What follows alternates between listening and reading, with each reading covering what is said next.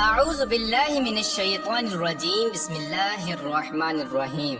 اللہ تبارک و تعالیٰ کے نام سے شروع جو بڑا مہربان اور نہایت رحم کرنے والا ہے۔ پیارے دوستو، فرعون مصر کا بادشاہ بننے سے پہلے محنت اور مزدوری کیا کرتا تھا، پھر ایک دم اس پر قسمت مہربان ہوئی اور یہ مصر کا بادشاہ بن گیا۔ بادشاہ بننے کے بعد فرعون نے ایک عجیب و غریب خواب دیکھا، جس خواب نے اس کی دن اور رات کی نیند اڑا کر رکھ دی۔ اس ہیبت ناک خواب کو دیکھنے کے بعد فرعون کو اس بات کا پتہ چلا کہ اب اس کی حکومت تھوڑے ہی دن چلنے والی ہے اور اس کا سب کچھ اس سے چھین لیا جائے گا، اور فرعون کے ساتھ یہ سب کچھ کرنے والا ایک بچہ ہوگا جو بنی اسرائیل میں پیدا ہوگا۔ پیارے دوستو، اس خواب کی تعبیر جاننے کے بعد فرعون مزید خوف زدہ ہو گیا اور اس نے اپنی سلطنت کو بچانے کے لیے مصر کے اندر یہ حکم جاری کر دیا کہ بنی اسرائیل میں جو بھی بچہ پیدا ہو اس کو قتل کر دیا جائے۔ چنانچہ اس طرح فرعون کا حکم پاتے ہی قبطیوں نے مصر کے اندر قتل و غارت شروع کر دی اور بے شمار بچوں کو قتل کرنا شروع کر دیا۔ پیار دوستو، آج کی اس منفرد ویڈیو میں ہم آپ کو بتائیں گے کہ فرعون نے مصر کے اندر کتنے بچوں کو قتل کیا اور کس طرح اللہ تبارک و تعالیٰ نے اپنی شان کی جلوہ گری دکھائی اور حضرت موسیٰ علیہ السلام اور حضرت ہارون علیہ السلام کو اسی قتل و غارت سے کیسے بچایا، اور حضرت ہارون علیہ السلام اور حضرت موسیٰ علیہ السلام کی ولادت کس طرح ہوئی اور کیسے یہ دونوں اللہ تبارک و تعالیٰ کی نبوت کے منصب پر فائز ہوئے۔ پیار دوستو، فرعون کے بادشاہ بننے سے پہلے بنی اسرائیل کے لوگ حضرت یوسف علیہ السلام کے دین پر تھے اور وہ اللہ تبارک و تعالیٰ کی وحدانیت پر ایمان رکھتے تھے اور ایک خدا کی عبادت کیا کرتے تھے۔ جب فرعون مصر کا بادشاہ بنا تو فرعون نے خدائی کا دعویٰ کرنا چاہا۔ فرعون نے خدائی کا دعویٰ کرنے کے لیے مصر کے اندر درس و تدریس کا سلسلہ ختم کر دیا تاکہ لوگ آہستہ آہستہ دین سے دور ہو جائیں اور اللہ تبارک و تعالیٰ کو بھول کر مجھ کو خدا ماننے لگیں۔ چنانچہ فرعون کا حکم پاتے ہی پورے مصر کے اندر دین کا علم سیکھنے اور سکھانے پر پابندی عائد کر دی گئی اور آہستہ آہستہ لوگ جاہل ہونا شروع ہو گئے۔ اس طرح جب لوگ اپنی جہالت کی انتہا کو پہنچ گئے تو فرعون نے مصر کے اندر خدائی کا دعویٰ کر دیا۔ اگر کوئی شخص فرعون کو خدا ماننے سے انکار کر دیتا تو فرعون اس کو اس کے خاندان سمیت قتل کر دیتا۔ اس طرح جب فرعون کا ظلم و ستم حد سے بڑھنے لگا تو اللہ تبارک و تعالیٰ نے اپنے پیارے پیغمبر حضرت موسیٰ علیہ السلام کو بھیجنے کا ارادہ فرمایا۔ ایک دن فرعون اپنے محل کے اندر داخل ہوا اور چین کی نیند سو گیا۔ اس رات فرعون نے ایک عجیب و غریب خواب دیکھا جس خواب نے فرعون کی نیندوں کو اڑا کر رکھ دیا۔ اس خواب کی تعبیر جاننے پر فرعون کو بتایا گیا کہ اب اس کی حکومت صرف چند دن کی رہ گئی ہے اور کچھ ہی عرصے بعد اس کا سب کچھ تہس نہس ہو جائے گا اور اس کا سب کچھ اس سے چھین لیا جائے گا۔ نجومیوں نے فرعون کو بتایا کہ یہ سب کچھ کرنے والا انہی بنی اسرائیل میں سے ایک بچہ ہوگا جن بنی اسرائیل والوں پر تو ظلم و ستم کرتا ہے اور جن کو تو خدا نہ ماننے پر قتل کر دیتا ہے۔ فرعون نے نجومیوں کی جب یہ بات سنی تو فرعون کے ہوش اڑ گئے اور فرعون نے مصر کے اندر قتل و غارت شروع کر دی۔ اگر بنی اسرائیل کے گھر میں کوئی بھی بچہ پیدا ہوتا تو اس کو قتل کر دیا جاتا۔ اس طرح فرعون نے اپنی حکومت کے چھین جانے کے خوف سے بنی اسرائیل کے 90,000 معصوم بچوں کا قتل کر دیا۔ اس طرح آہستہ آہستہ بنی اسرائیل کے اندر نوجوان نسل ختم ہونا شروع ہو گئی اور بنی اسرائیل کے اندر صرف بوڑھے لوگ باقی رہ گئے۔ اسی دوران قدرت الہی سے ایسا ہوا کہ ان بوڑھوں کے درمیان بھی ایک مرض پھیل گیا جس کی وجہ سے وہ بوڑھے بھی مرنا شروع ہو گئے۔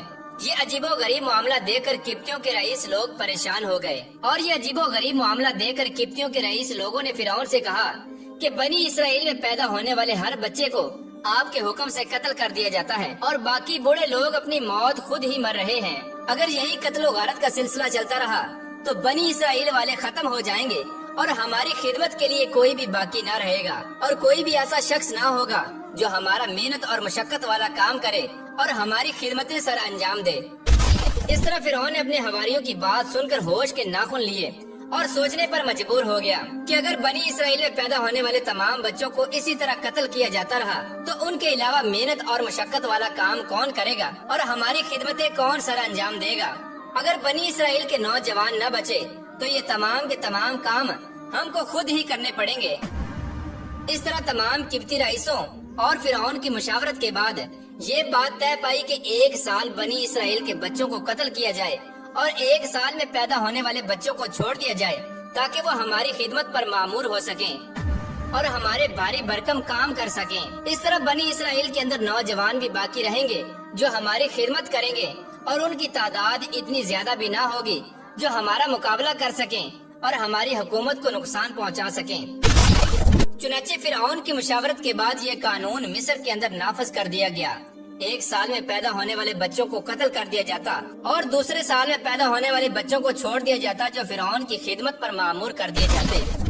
اسی دوران اللہ تبارک و تعالیٰ کی قدرت اور حکمت کا ظہور اس طرح ہوا کہ حضرت موسیٰ علیہ السلام کی والدہ کو ایک حمل اس وقت ہوا جب بچوں کو زندہ چھوڑنے کا سال تھا۔ اس مدت کے دوران حضرت ہارون علیہ السلام اس دنیا کے اندر تشریف لائے۔ اس طرح فرعونی قانون کی روح سے حضرت ہارون علیہ السلام کے لیے کوئی بھی خطرہ نہ تھا کہ ان کو قتل کیا جائے گا، اور اس طرح اللہ تبارک و تعالیٰ نے اپنی حکمت سے حضرت ہارون علیہ السلام کو اس قتل و غارت سے بچا لیا۔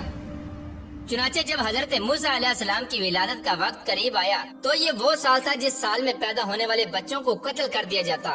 چنانچہ جب حضرت موسیٰ علیہ السلام کی ولادت ہو گئی تو حضرت موسیٰ علیہ السلام کے گھر میں ایک دائیہ عورت آئی۔ یہ دائیہ وہ عورت تھی جس کو فرعون نے بنی اسرائیل کی عورتوں پر مقرر کر رکھا تھا تاکہ وہ چیک کرے کہ بنی اسرائیل میں جب بھی کوئی بچہ پیدا ہو تو اس کی فوراً اطلاع دی جائے اور اس کو قتل کر دیا جائے۔